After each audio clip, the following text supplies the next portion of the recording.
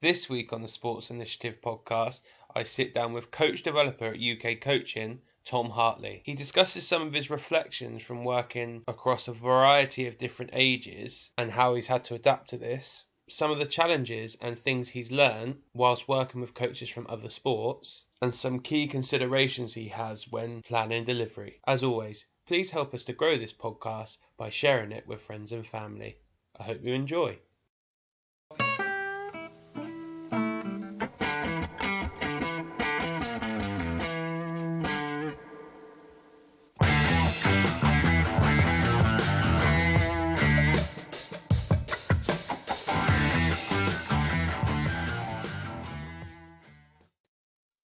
Perfect. So, Tom, really appreciate you spending a bit of your early afternoon with me and with us. And I guess we spoke briefly off air there, but it sounds like all well and all good with Christmas and lots of IKEA building from the sound of it. Yeah, very good, Michael. And no, my DIY skills are more like destroy yourself than do it yourself. So yeah, that's where I'm at the moment. Perfect. So I really appreciate you coming on. Obviously, I'd seen your profile and maybe some of the segments or content that you'd put out on social media, which I thought was really interesting and thought-provoking and whatnot. So I thought it'd be great to get you on and discuss some of that. For people that maybe haven't come across you or don't know your work, you want to give us kind of a whistle-stop tour of, I guess, some of the highlights of your career and then where you are right now. Yeah, of course. So I've worked in football and in wider coaching for 20 to 25 years now.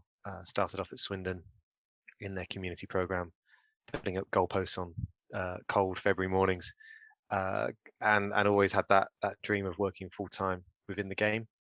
So probably pursued a route that maybe lots of coaches have taken. Went off to the States, coached out there for a while, worked for a few different kind of soccer school franchises, and settled on a job with the FA on a program called the FA Skills Program, which was set up back in 2007 by Sir Trevor Brooking and a few other people there at the organisation, and spent 10 years at the FA working on the skills program, which was an amazing experience. Learned so much. Always felt like it was a apprenticeship really. So I was being paid while I learned all the way through. So that was great. Spent some time at Arsenal within their women's program, leading all their women and girls football offer outside of the academy program.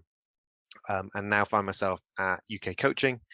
So I'm a coach developer here, which effectively means that I work with lots of different coaches from a range of different sports who are all working with athletes who are on a trajectory towards an Olympic Games at some point in the future. So my role is to really kind of hold up some mirrors and support the coaches at building their self-awareness, developing their confidence, developing a certain specific set of skills. And from a coaching perspective, I'm the assistant manager at Oxford United Women.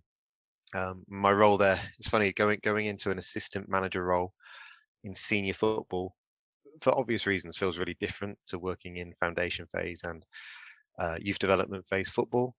But yeah, it's kind of taken me a bit of time to really reframe what my purpose is in that role in senior football. So for me, it's about I'm polyfiller, I'm a translator, and I'm a window fitter.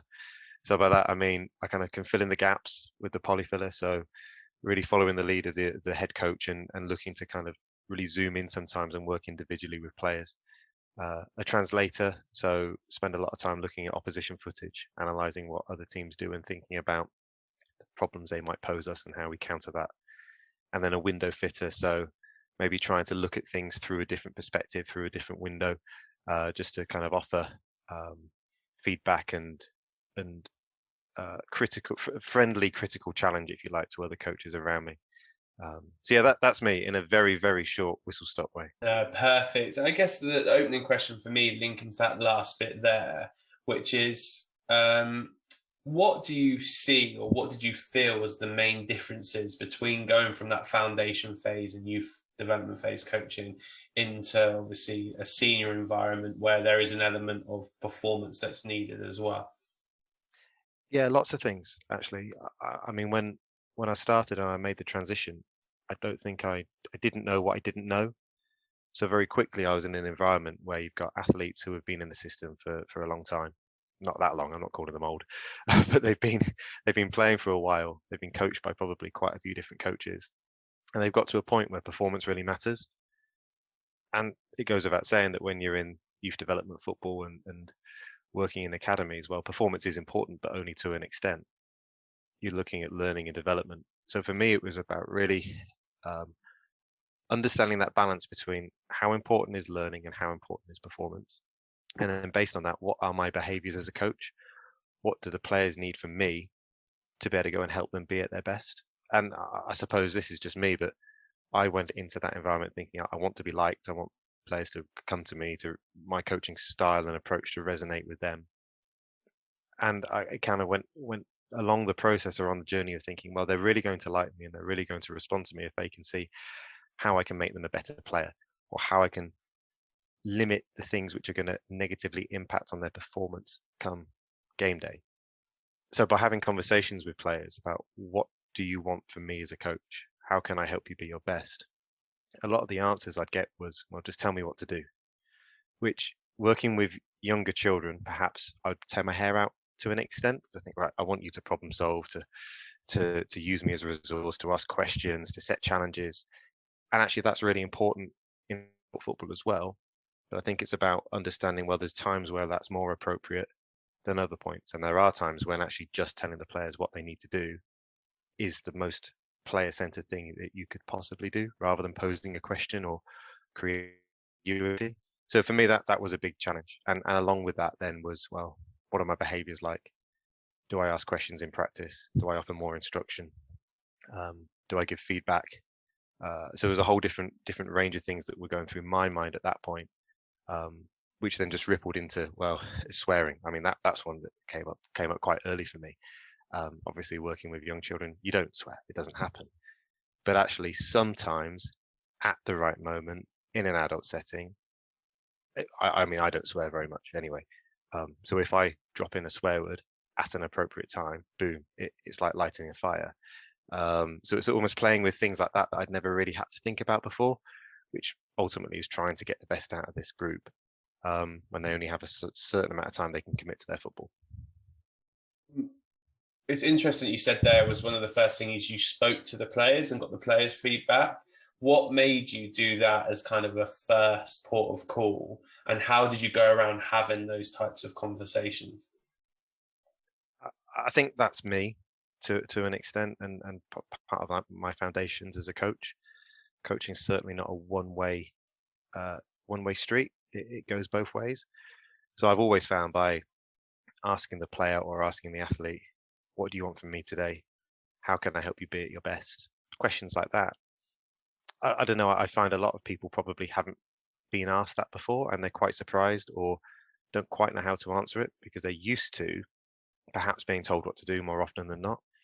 So engaging people in the process, taking them with you and almost showing them from the first step that this is a journey that we're on together, I believe is really, really powerful, or has the potential to be really powerful.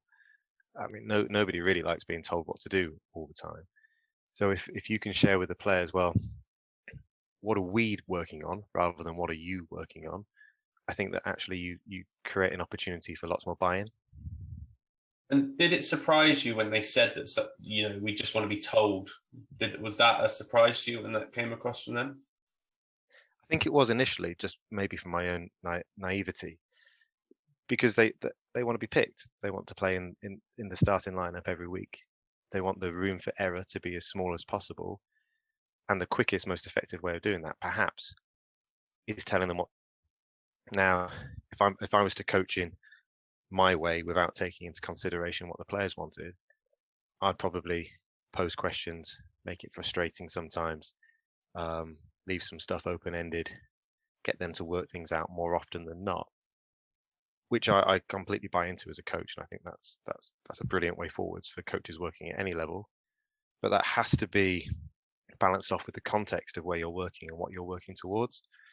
If it's the training session before the biggest game of the season, you don't want to leave any questions in the air. Whereas it's your first 2 training sessions like now, back after Christmas, perhaps we've got 2 weeks before we have our next competitive game. That's an opportunity to maybe pose some open questions, to let players work out more things for themselves, to co-create more. So going back to, was it a surprise? Perhaps it was, but I think as coaches, it's about just having that awareness that different players need different things at different points. And do you know what? Some of the players will have always been told what to do.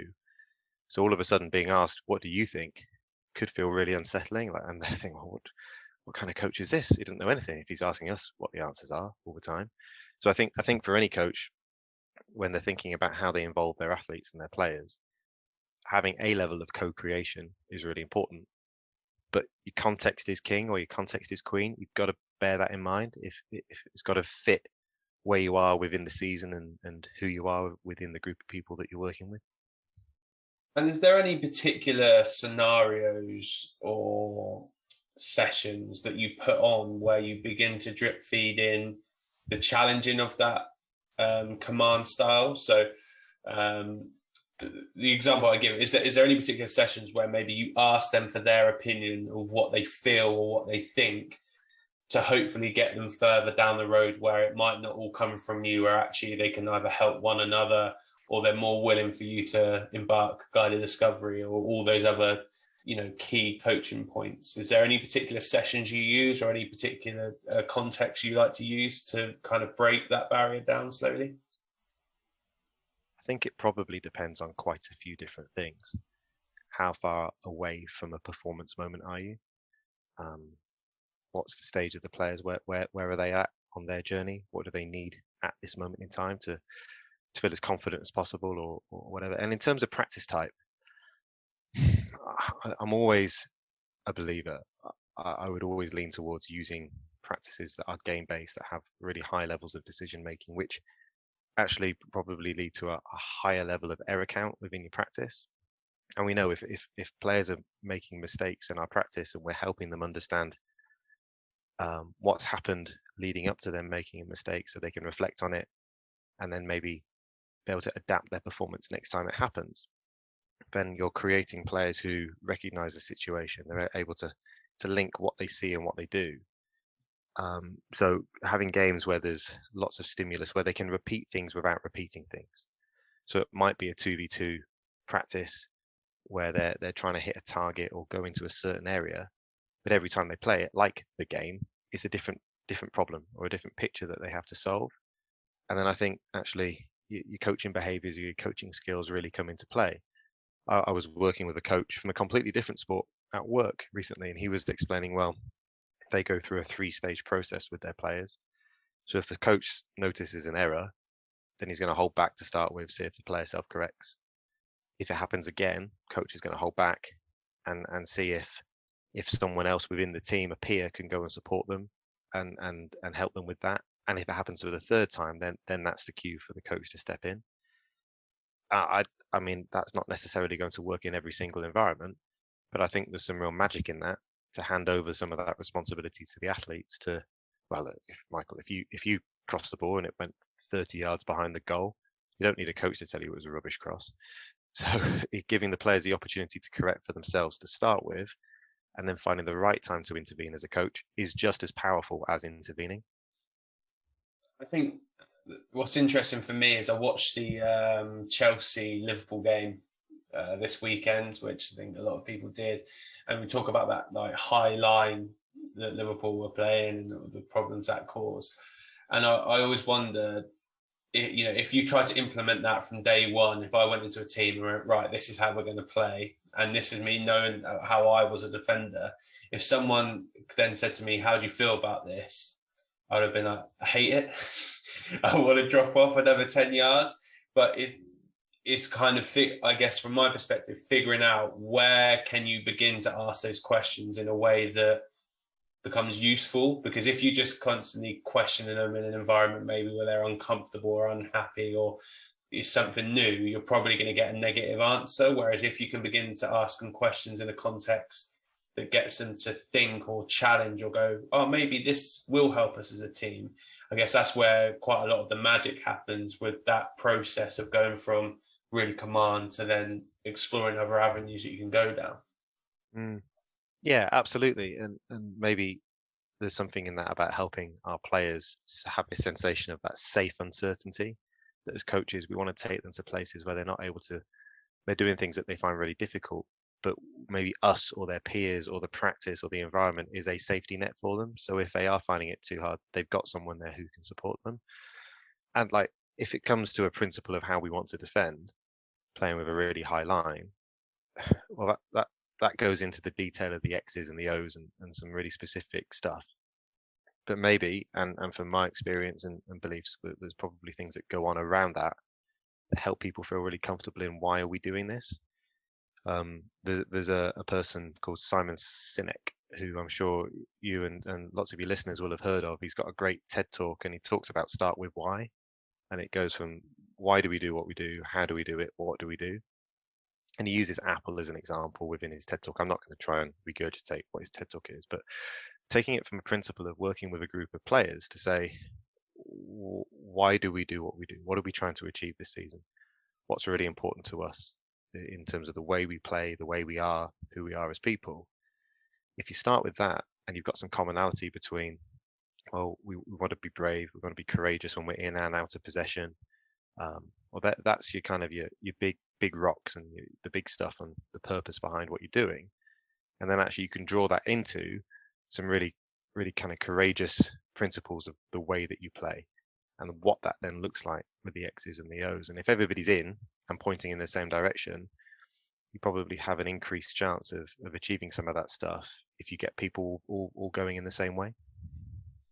I wonder whether, starting with that why, if you dig a little deeper, if you've got a team profile and go, we're going to play in this way because your characteristics of players, so your super strength as a centre back is this, and actually look, the way we're going to play is going to fit that. So the why is your super strength fits really well with this model, or a collective, we're going to exploit our super strengths, which is our two wide players, and explaining to the group early on that why is why we're going to play like this. And that's why our tactics and whatnot are going to be built around this, because we can all see that this is going to be our strength as a group moving forward. And I wonder whether sometimes a new manager coming in doesn't do that, and they go, this is what I want to do, so I'm going to do it regardless of what the players have done previously. And that's where maybe you get a little bit of discrepancy between what the players perceive and have done previously to what the manager is able to do with that group right now. Yeah, definitely. I mean, look, like some of that might go back to context. So if you're working with a team and you've come in halfway through the season and you need to get a certain amount of points to be able to avoid relegation, then perhaps context might dictate that the manager comes and really forces a playing style or forces a way that we have to approach things. However, we might be building for a competition in 3 years' time, and we've got a real opportunity now to be able to create and evolve a style of play based around, like you say, the strengths and the characteristics of the players and also the people that we've got in our team. I heard something, this maybe is a slightly sideways step to the question. I heard something in the Euros last year where Gareth Southgate was being asked by the media about, is it going to be a semi-final? Is it going to be a final? Are we going to win the competition? And he said the measure of success for him was the players thriving on and off the pitch. And I don't necessarily know if the media really got it as an answer, but I think from what I've seen and kind of understand around the way that Gareth leads the England team, is actually he's starting at a point where it's about the people and their investment are on this journey together. What's the story that we want to write? How do we want our story to be told by other people? And then that trickles into the way that we play. Who are the players we've got in our squad? What's the coaching like at Manchester City? And how does it compare with the coaching they get when they come into England from what the players are being asked to do? And where's the middle ground between the different roles the players are being asked to fulfill? And I think if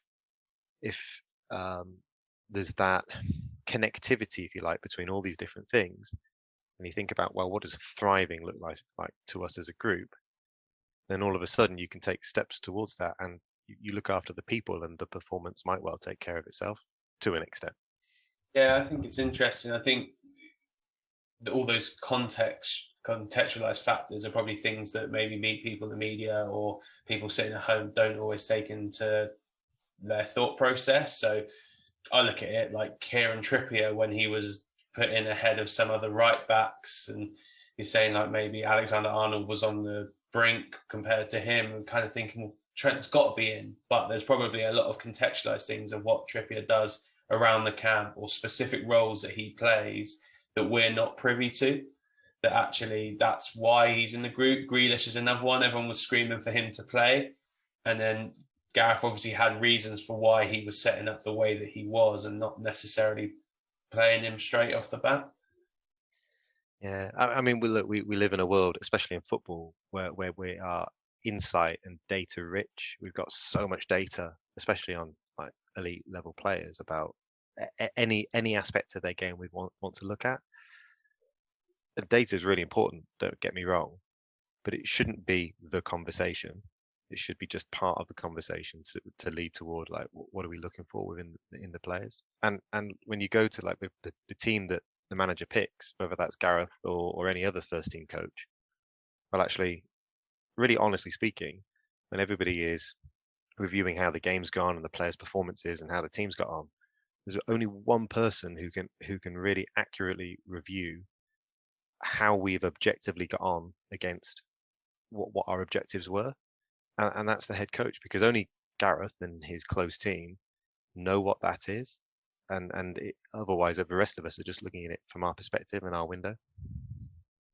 Really interesting. So I think moving on slightly to your journey now, and you, as you mentioned, kind of being at UK coaching, you get an opportunity to see a wide variety of sports and stuff.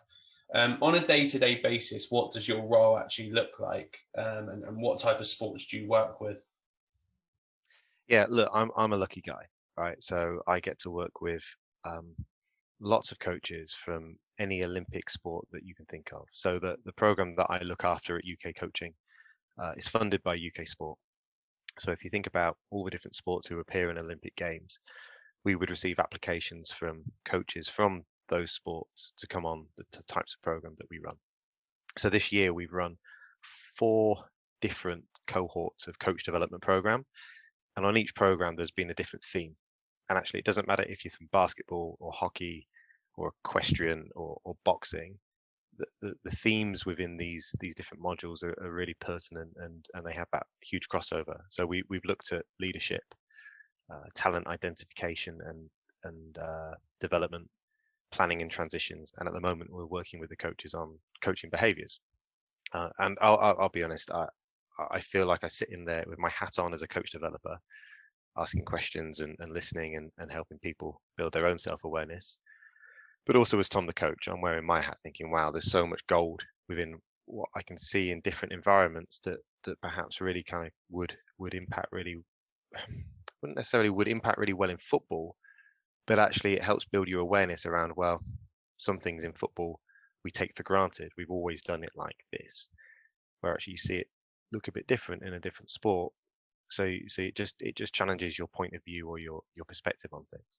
Have you got any examples of that? I think the role of the coach is something that always comes to mind when I'm asked this question. And I go back to almost 2 years ago having a conversation online with a group of coaches. One was a canoeing coach, one was a basketball coach, and we were talking about the role of the coach during competition. And the basketball coach, rightly so, was saying, well, the coach's role in competition in basketball is crucial. You call a lot of the timeouts. You're calling plays from the side. You're making changes to the team with the bench rolling on and off. So the coach is really active, really involved, part of the team's collective decision-making process throughout competition. Canoe coach, within 20 seconds of that canoe heading off, you're not there anymore, and the canoeist is on their own. So your role as a coach is really, really different. And I don't know, it made me really think about that in football. And you see a lot of coaches in football trying to intervene and support the players, and they call out what they see and try to help the players make better decisions during the game. And I wonder, when's that effective? Are there times when perhaps we can get in the way of stuff during competition? And also, who's that for? And it's made me really think about, well, if I'm the canoeing coach in a football setting, if I don't have the opportunity to intervene in a game, does that change the way I structure and deliver my practice? because are we trying to prepare the players for something slightly different? And again, from the basketball coach perspective, heavily involved, part of the decision-making process. What does practice look like? Does the basketball coach practice timeouts within their usual practice during the week? Because practice is for the players, but it's also for us too. That's really a really interesting point. So I guess my question off the back of that, how did their working weeks or their session structures differ because of that? So if you look at the canoe coach, was his or her type of intervention different to what more like basketball, football based coach would traditionally do?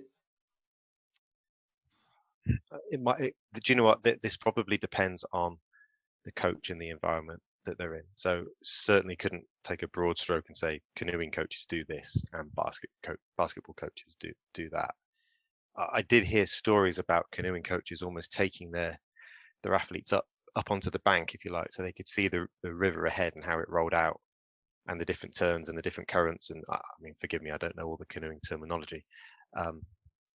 And then almost helping them understand, what do you see in this picture? What's in front of you? How are you going to handle that when the tide is there? In these weather conditions, how's that going to change the way that you do things?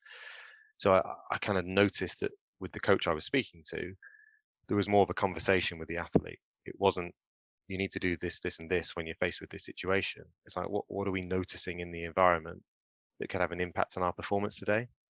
So it was almost like they were both going into surveyor mode, seeing all these different things that would have an impact. For a basketball coach and the way that they're working things, I mean, basketball's got a huge amount of kind of set plays in it, and kind of quite highly structured activities within practice. Probably sits a little bit closer to what we traditionally see in football settings. And I think the idea for the basketball coach around, well, yeah, this is an opportunity for me to practice that 1 minute intervention that I get in a timeout, and then go through that decision making process. Well, when I make this timeout, how much do I talk? Do I ask questions? Do the athletes just do all the talking? Do they even know why I've called a timeout? So they're going through a whole different thought process, because I guess the way the sport is performed, the way the game is played is very different to the other sport. But the coach's role in both is just as important. It's just delivered slightly differently. I wonder as well whether the effects that then has on the athlete is slightly different. So if you talk about, having been on my A license and listened to people present, one of the things that Gareth Southgate wants is autonomous decision makers. He was big on that, and that's something that they were driving throughout the academy. Well, you naturally have to be that in an individual sport where your coach isn't there. So, if you are canoeing and you're going to go in a certain area and you've overshot, you have to make the decision of how you're going to steer that canoe in a particular angle, particular way to gain the advantage. Or, if it's in judo and you're trying to grapple with someone, you naturally have to make a decision on where your hands placement is going to go, what type of move you're going to go for. Whereas in football or rugby or basketball, just by the nature of there being more people around, you probably can divert some of that decision making to other people, or people that maybe you feel are a better place at that moment in time. So I guess the nature of the sport also might dictate the action of the individual, and therefore the type of coach relationship that they have as well. Yeah, completely. I mean, look, football's a game of shared endeavor, isn't it? So it changes the role of the athlete or the role of the player within the way that they play the game. I read some research this weekend actually, which said, and it wasn't taken from a sports perspective, it was about learning in general, but learners who are supported by other learners, so say in a classroom setting, perform 10 to 30% better when they're around other people. So actually, from a football perspective, like you say, there's that overlap, there's that shared support that other people are able to give. And it makes it really complex for coaches, because you're having to think about so many different people and the way they might process information, the way they might see a situation in front of them, and then how they might respond to that. And that's going to be different for everyone, and there's no shortcuts perhaps to be able to understand the individuals in front of you. And maybe this links back to some of the things we were talking about at the start of the conversation about asking good questions with your athletes. What are you working on today? What have you noticed in that picture? And I try and do this deliberately when I'm coaching. And again, I don't know how often some of the players that we have will have experienced this, but say we've played a phase of play for 10 minutes and we come in and we have a kind of a moment to chat for I don't know, 2 minutes. I love to start with just saying, well, what have you seen? What have you noticed within the game? What pictures have you seen? Because you know what it's like when you're stood on the side of the pitch or in a slightly different coaching position, the game looks a bit different. So what's going through your mind as a coach from your observations will probably at times be different to the pictures that the players have seen whilst they're in the middle of the game. Just from a very practical, well, I'm in the middle of the pitch and I can see different things to being stood on the side of the pitch. So getting that insight from them and allowing them the opportunity to better share that with each other is really, really valuable. So for instance, I don't know, you might be playing against a really tricky right winger and they're predominantly right-sided and they're really fast. And it could be that your left back has noticed that this winger is really poor on their left foot. So has started to play in a way that forces them onto their left. But the left back hasn't told anyone else in the team that that's the case. And it sounds really straightforward, but I think if you're able to create an environment where your left back can pass that information on to your 6 or your 8 or someone playing in front of them, then all of a sudden you're trying to connect the dots between people. And going back to that point around coaches getting in the way of stuff, if we can facilitate lots of conversation where we can help the players share this kind of information with each other, then it changes our role. And it again, there's times when we need to step in and say, go and do this, or you need to do this right now. Absolutely. But there are equally just as many valuable times for the athletes to recognize it themselves and share it with each other. From your experience, do you see generic differences between coaches or athletes who are individually based compared to those that are team based? Maybe at times. I think the thing that surprised me, and I just missed this, if you like, in my naivety of not coaching in any other sport, working one-on-one with a swimming coach. Now, individual sport, but actually the swimming coach is working with 20 swimmers at the same time in the pool. So they're still having to work with a group like a football coach might be able to do. So therefore they have an opportunity to get the athletes to feed back to each other, for one to observe while the other person's doing their set, to offer some feedback, to use the whiteboard on the side. The coach has the opportunity to change their coaching position, whatever it might be. Maybe not in the water like we might be on the pitch. That's not going to happen. But there's more crossover into team sport than you think, because they're working with more than one person at once on the whole. I do work with an archery coach or a group of archery coaches, and at times it might be different for them. So they're working one-on-one with someone. There's no other athletes involved. And I've noticed from speaking to them and looking at kind of some of the footage of them coaching, that there's just more of a dialogue. There's more of an open conversation between athlete and coach. How did that go? How did it feel? That's a big word, feel. How does stuff feel? What did you notice? Well, here's what I saw. Can I offer some things to maybe help your performance? So, and again, some sports, just from the way that they're played, provide more natural breaks in play for that feedback to happen. So in gymnastics, between every routine or so, the coach can go and have a conversation with their athlete.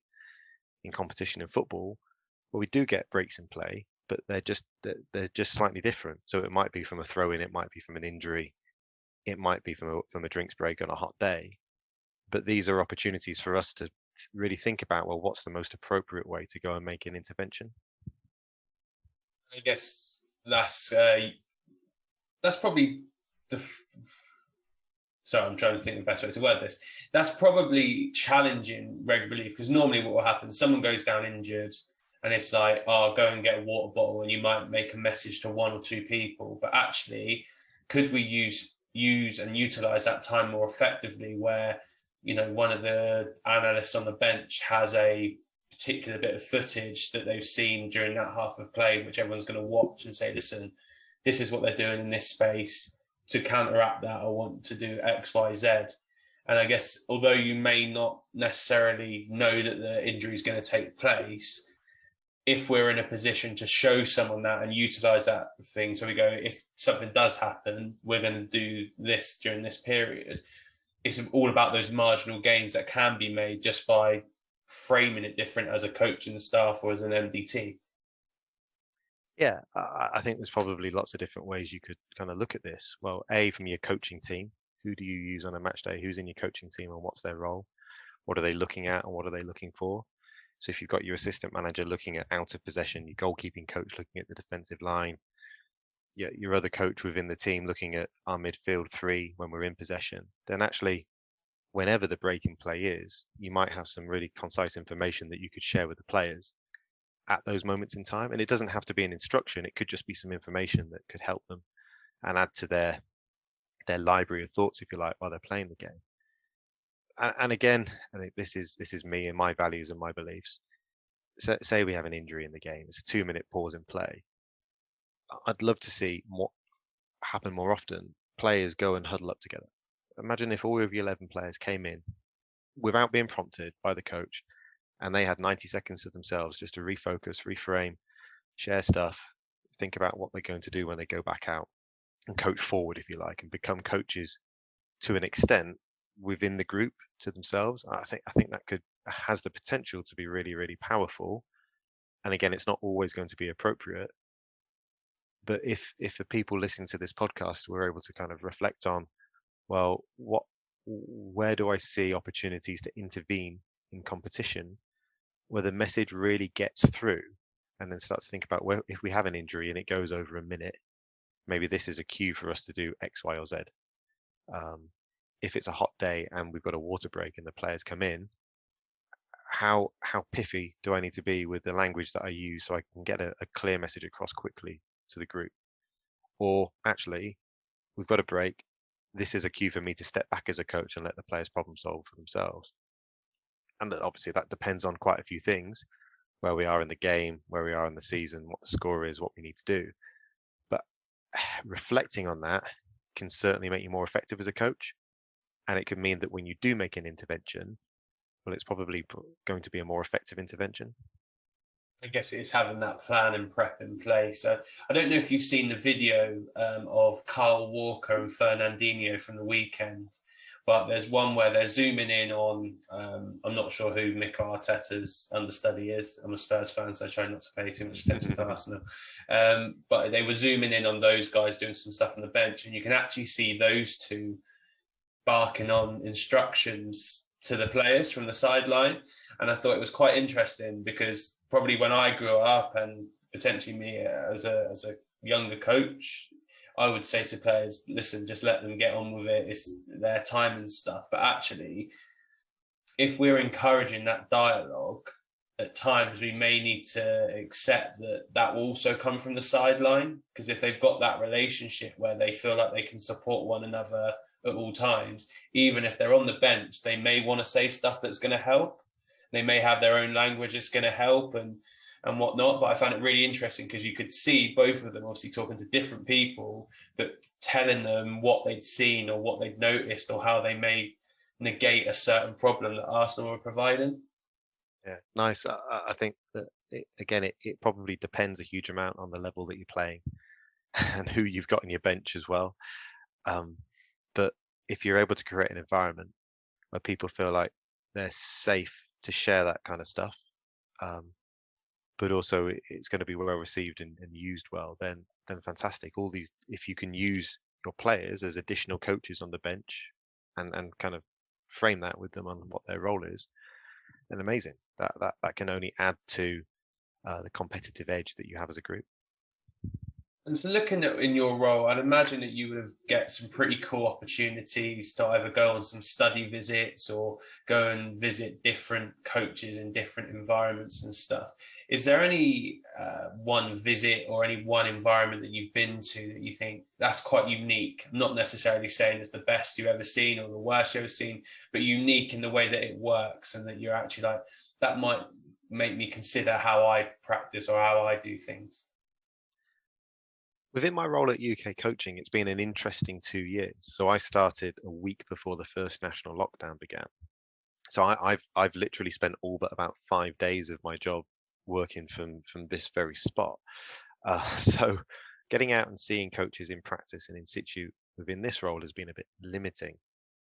But from previous roles, thinking about where I've seen football take place in slightly different environments and different contexts, there's definitely been things that have really stuck with me and um, really highlighted how football is a tool that when you look at the super elite, it's incredible. It's fantastic from an athletic perspective people are capable of.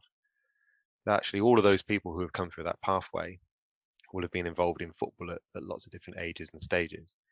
So two things really kind of come to light about kind of how football and how sport changes lives. So I was really fortunate to go off to Zambia a couple of years ago and coach with the Swindon Town Football in the Community program, working with a group of coaches out in Zambia who have zero resources, like zero resources from a practical, physical perspective, but actually have every resource in terms of enthusiasm and support and just how much they want to give to the game and give to people.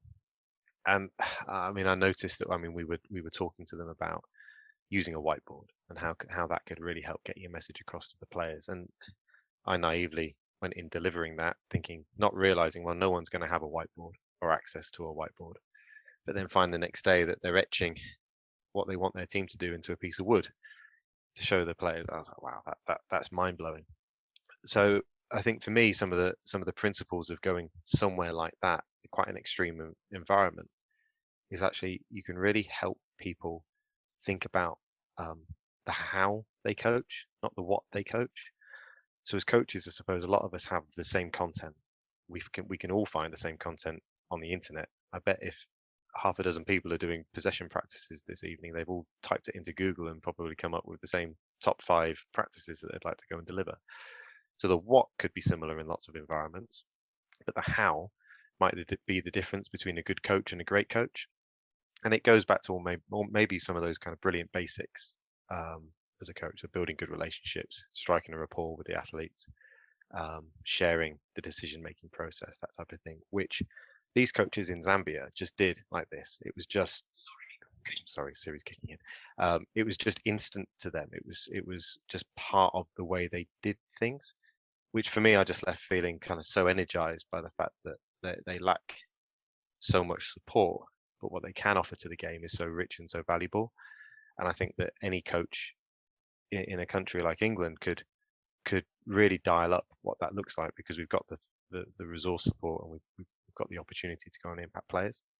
And I suppose the other interesting environment where I've worked and spent some time in, this links back to my time working at Arsenal. I was invited to coach on a project which involved going into prison and working with people who are in prison. Now, again, it's as far away from performance sport or performance football as you could ever imagine. But actually, what sport can do for people is absolutely huge. Now, you think about the impact of your session with the under 10s and dial that up by 100 with people who are in prison and made some bad decisions perhaps along their journeys. But actually, if you're going in there thinking about developing the person first, so how do we help someone develop their communication skills, develop their resilience, develop their confidence, develop their creativity in an environment that might maybe stifles some of that sometimes, then actually you can really think about the impact that you can have as a coach. And I'm sure we've all done it, right? So when we're working with the under 10s on a community session, or we're out with the academy group, you might say things that you don't think about again, but actually really sticks with an individual. And I'm sure anyone listening has probably had a coach say something to them that's always stayed with them, but the coach probably never realized how meaningful the words they used were to you. And going into prison really highlighted that for me in terms of the difference a coach can make to someone's life. Let's face it, I don't know what the numbers are, but the amount of young boys coming through academy football and the amount of young girls coming through regional talents at clubs, how many of them will make professional footballers? Well, it's such a small amount, but all of these young people are going to be part of our society. So as a coach, part of our role surely has to be around developing them as, or helping them be the best person they can be, as well as the best player that they can be. And for me, that just really was amplified in that prison environment around, well, why putting people first and giving people time is so valuable and so important. And as coaches, we've got a brilliant opportunity to do that for so many.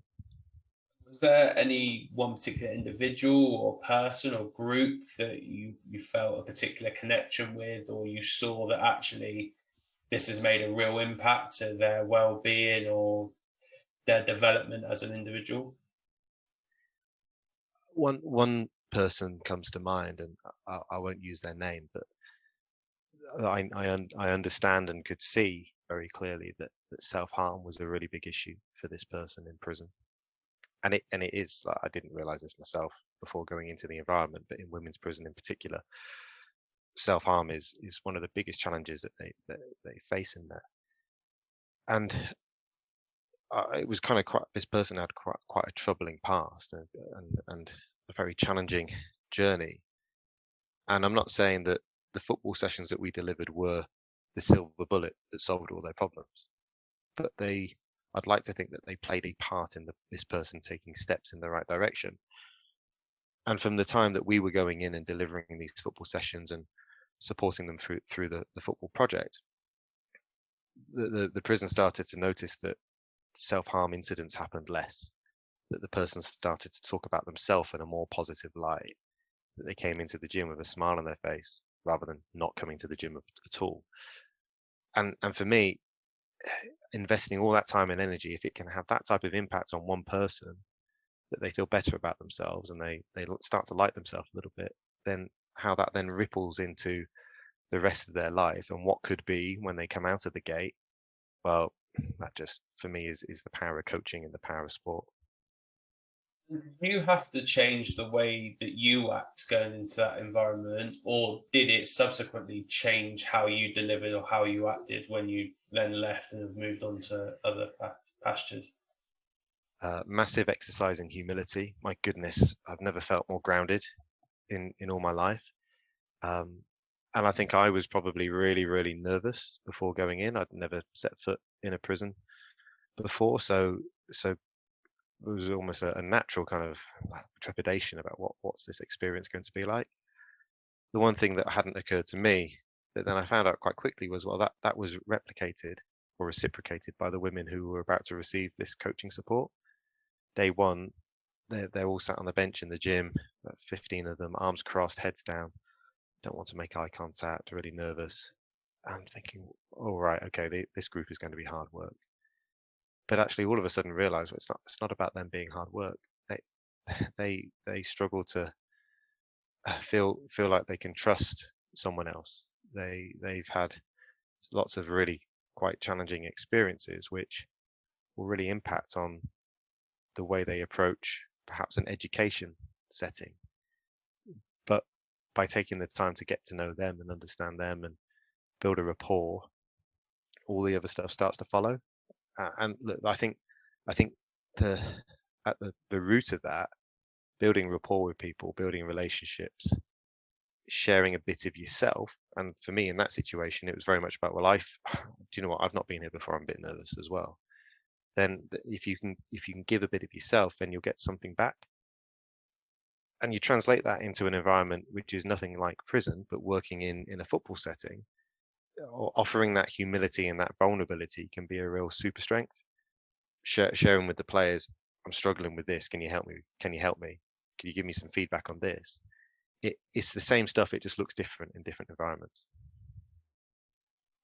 Yeah, it's interesting what you said there around the feedback, because it's something that as I got older and was coaching, I got more comfortable with, is just saying to the kids, tell me if I'm not doing it, if I'm not making sense, tell me, because I'm here for you and not to feel nervous. And I think there was one group in particular that I was with for a 2-year period that actually they got to a stage where they were more than comfortable to do that. Anyone in the group would say, I don't like this, or I do like that, or do we have to do this, or they could have a laugh and a joke, which I think is an important part of their environment moving forward.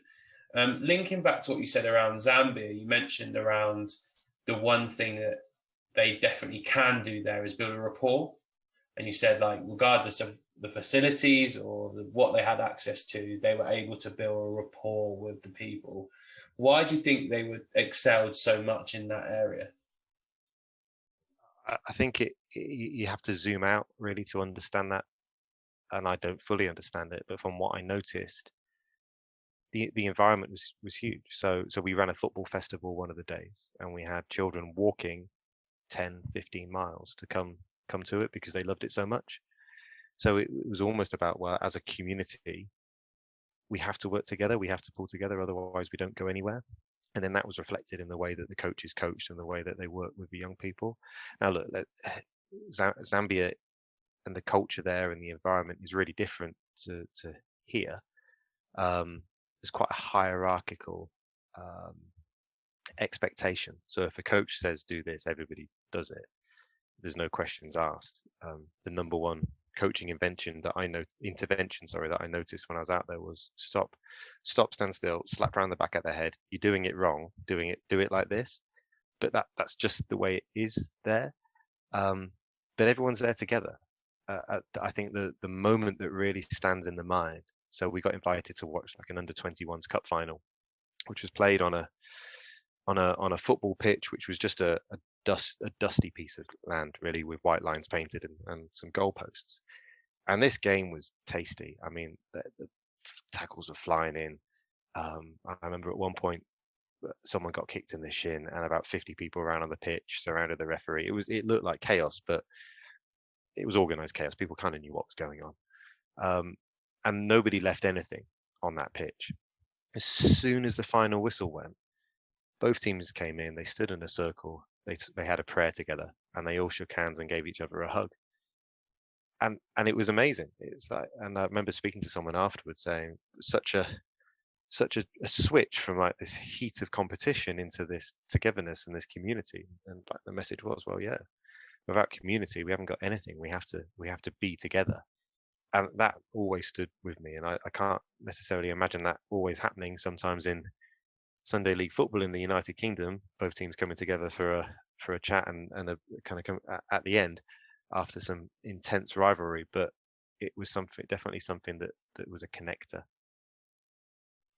And I imagine, as you said, it is the context of it, of that community side. But I can imagine also you've probably seen the power that if you get it right in a team environment with the people that you work with, how much of a positive that can have on not just the group and potentially the success of the group, but also the well-being of each individual involved. If you link in all those experiences where you have a community base that cares for one another, then, you know, in Zambia, then you've got the effect that sport can have on someone's well-being from your prison time. Actually, if you combine those two things in a good environment, in a wet and rainy Tuesday night in Oxford, then actually that's going to make everyone in your care a better person and hopefully a better player. Yeah, absolutely. I mean, talk about community or friendship and what does being part of a team mean to the people in the group. You kind of hear the word family sometimes. I'm not sure how accurate family is because not all families are harmonious, but maybe not all teams are either. So I think there's lots of lessons in that. There's a great book I'm kind of getting towards the end of now called Belonging by a guy called Owen Eastwood. So Owen has done some work with the England football team and Gareth Southgate and the stuff around kind of what's our culture, what's our identity. And the book Belonging is kind of taken from the roots of kind of Kiwi culture and Maori culture. It's fascinating, really, and it kind of goes along that principle that as a human race, we have to survive. We survive by working in teams, and how do effective teams start to work. And there's probably lots of features of what an effective team could look like. What I've noticed, well, there's language that you hear quite frequently, or I've heard quite frequently recently around psychological safety. So the opportunity where people can share things without the fear of retribution, or just being able to be honest with each other and being able to create space and time where you can be honest and share your feelings without necessarily the feedback being really fluffy and not necessarily very, very useful. So there's probably a whole different conversation on, well, what are the features of high performing or really effective teams? But that kind of shared vulnerability, that humility as a group, are certainly things that I've noticed are consistent with teams that do well. I remember having a conversation on a podcast at work with a chap called Joe Montemurro, who was the Arsenal women's first team manager. And at the time, Arsenal women had just won the Women's Super League. Going into the following season, I asked Joe a question around, well, how do you maintain that kind of that drive season 2? Like, what are you doing next after you've won a title? And kind of the essence of what Joe said was, well, it's much more than the football and what happens on the pitch. It's about the strength and the development of people's character, and that's what we're really interested in. The football stuff will come and will follow, but if we focus on the character, then brilliant things can happen all around our environment. Yeah, I think that's really interesting. Maybe explains why you get dynasties and successful periods, because once you get over that initial jump of being successful, if that is then your focus on the character and the, increasing their resilience, increasing whatever that is, confidence or that type of stuff, they already know how to do the winning bit. So now we're going to upskill all of that, and hopefully that will help the winning even further. Maybe it is an explanation as to why teams can be successful for prolonged periods of times if you've got individuals in there that really buy into all the competencies-based stuff. Yeah, I heard a boxing coach say, if you're the champion, then prepare like the challenger. And I was into a book recently called Legacy, which I'm sure lots of your listeners have read, which kind of traces some of the All Blacks' success and values and the things which underpin their team. And I'll get the dates wrong, so please don't call me out on this. But the All Blacks talked about being the most dominant side in world rugby ever. So for them, winning the World Cup, I think it was 2015 when the All Blacks last won the World Cup. And they say in the book, well, 2016 was a tougher year for them, because being the dominant team doesn't mean winning the World Cup and then having a bad year. That means winning after winning after winning, and all the kind of what the team had to do to perform to an extent to get there. And I think when it comes to looking at teams like the All Blacks, and we can be drawn to what are the things that they're doing, could we do them in our environment? It's not about copy and paste, but it's about understanding, well, what might work in our environment, but what also might not work. What do we have to evolve or adapt for it to work for us? I think what that links to as well, which we can now move on to, is kind of having a self-awareness or self-reflection of us as an individual, but also our environment and maybe the benefits of it and maybe the negatives of it. For you and your experiences, is there any particular frameworks or evaluation pieces that you like to use which kind of looks at this type of area and reflecting of strengths and or weaknesses? Yeah, I mean, as a coach, I'd consider myself quite reflective. Like many people, I'm sure, listening to this, that car journey home, when it's kind of that hot debrief with yourself, is something that's really important, but perhaps something that coaches could really challenge themselves on in the way that they go about their reflection. And I guess before I answer your question, Michael, some of the things that really spring to mind is, well, when you're reflecting, what are you reflecting on? Is it the whole session? Is it certain moments? How do you know that they're the most appropriate moments to reflect on? How often are you reflecting? Who are you reflecting with? Have you got people around you who might better offer you support, offer you challenge, offer you a different perspective? And that when piece as well. I'm sure all of us have been in practices that we leave and we have a certain feeling about how it's gone initially, but over a period of time, whether that's one day, 1 week, 1 month, we might start to feel differently about how things have gone. I guess, again, it's perspective. It changes over time. So being able to understand, well, yeah, what are the moments that are important to reflect on? Who am I with? When do I do it? How often do I do it? Are really important, because it can give you just some different ways of looking at the topic. In terms of kind of models and things, I suppose for me, I kind of, there's a model out there which is kind of research backed called Gibbs reflective model, which links quite closely to emotions. So you almost try to think about what's happened, but then link back to what are my feelings about it? How do I feel about what's happened? Then I can evaluate it and start to analyze it, and then start to draw up maybe an action plan about what do I do next because of this.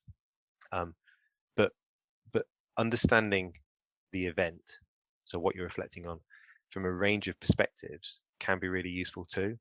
And we've talked a few times today about how and when do you involve athletes in that process. So it might be the case that we could reflect on something together, whether that's at the end of a game or at the end of a practice, and create an environment where people can honestly share what did they notice, what are they feeling.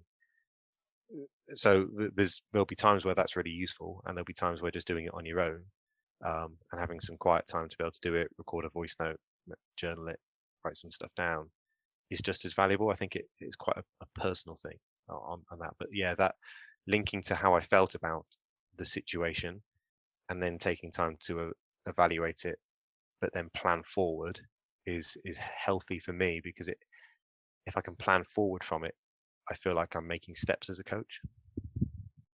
And I guess looking at this in a wider context, the feeling piece around, you know, how you felt about that environment or felt about that situation, is it important to vocalize that to other people? So the example I'm giving is, if you've come in with a football team or basketball team and you've lost to a last second buzzer beater, or you've lost to a last minute goal, the way you feel about that game may be different because of that particular outcome. And my saying to myself is, if I'm feeling down, it's never as bad as I think it is.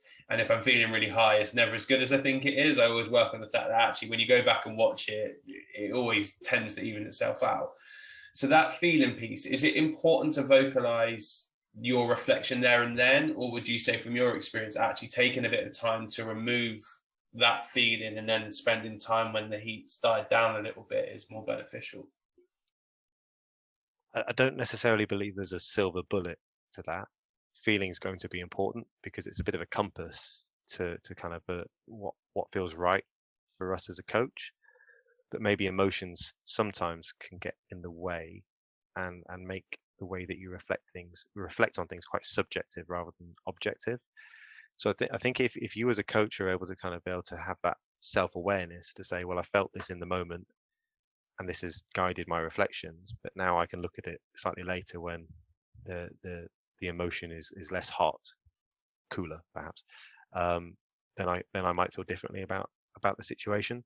So yeah, I mean, I know the SAS would do hot and cold debriefs. So we'll do hot debriefs straight after a say it's a training exercise, and then a week later do a cold debrief, and then they will kind of see how people start to change their views on things. So I think just for coaches to have that awareness to say, well, I'll feel differently at different points, but be able to track that, I think, is important. That's a really interesting piece around the hot and cold, because you look at on social media, again, you get like your Neil Warnock end of thing team talk. So I imagine a very hot one, but then what that looks like 3 days later, I don't know. And yeah, I think that's a really interesting, actually. How does your group configure how do they work best? Do they prefer cold debriefs where it's given a couple of days and you can actually look back over footage and provide statistics and say, well, this is what we said we were going to do, we didn't do it because of XYZ? Or are they a group that prefers those hot debriefs to get stuff out in the open there and then? And can you find a middle ground where all the players in your groups get access to what they need, or be it as a preference or as a development tool? Yeah, well, I guess if you think about debriefing as an intervention, I guess reflecting on, well, when is my intervention going to be the most sticky? I can tell you, if we've lost a game and it's gone to the wire, it's close, the last thing the players are going to want to do straight after the game is look at the footage and analyze it. They need a bit of time just to kind of do that for themselves, and let alone share it with other people. So I guess for coaches, if you're doing that with a group, there's a range of different ways that maybe you could approach that. again, it could be instruction. You might want to tell the players this has worked and this hasn't. You might want to ask questions. You might want to use video. You might want to use the whiteboard. So when you come to debrief together, understanding, well, what's the purpose behind this? Do I need to tell them something that they just haven't seen, or are we sharing this and having some open and honest discussions? That probably then has an impact on the way that you go and deliver it. Sure. We're fastly approaching the time we'd allotted for this. So I'm going to ask you one last question, which is, who is the most impressive or unique practitioner you've either seen or worked with, and why? Oh, killer question to finish with. Goodness me. There's quite a few who spring to mind. Can I share three? And I'll be really quick with them. Yeah, that's absolutely fine. I'm more interested on the why. Why are these individuals okay? Well, these three people, perhaps they all fit with me because they resonate with maybe part of my character and my personality, and perhaps some of the messages they share really speak to how I believe coaching could or should be done. So one who I know is a previous guest on your podcast, Russell Earnshaw, or Rusty from the Magic Academy, asks brilliant questions, really challenges people to see things from a different perspective. Always he seems to be on this mission where to keep coaching fun and engaging and interactive and exciting for people. So I think Rusty's got an amazing way with his language. Another person who springs to mind is a chap called Richard Cheetham. So Richard is at the University of Winchester. Has done a huge amount of work around play and the power of play. So Richard does great work with students that really has an impact on the way that they coach. But for me, the thing that has always stood out with Richard is about how he just takes so much time to understand people, to build relationships, and he genuinely cares about people. I think that really stands through. He's almost a coaching Jedi, if you like, in my eyes. And then the other person who springs to mind is a chap who I'm sure some of your listeners will know, a guy called Steve Salis, who works in football. He's at AFC Wimbledon at the moment, had various different roles, but was originally a teacher. He's got a book out called Educating Football. I'm not on any commission, by the way. But Steve came and delivered a couple of workshops for us at UK Coaching, and just again the language he uses and offers a really fresh thinking and a fresh perspective on almost what teaching looks like, and therefore what coaching could look like. Some of the challenges that we face within the game of football, and perhaps some alternative ways to solve them. Steve, the way he says things and what he says has really stuck with me. So yeah, Rusty, Richard Cheetham, Steve Salis would be in my three of the people who have really kind of grabbed my attention. Perfect. Listen, really appreciate your time. A great conversation. Hopefully we can catch up again soon. Thanks, Michael. Thanks for having me on.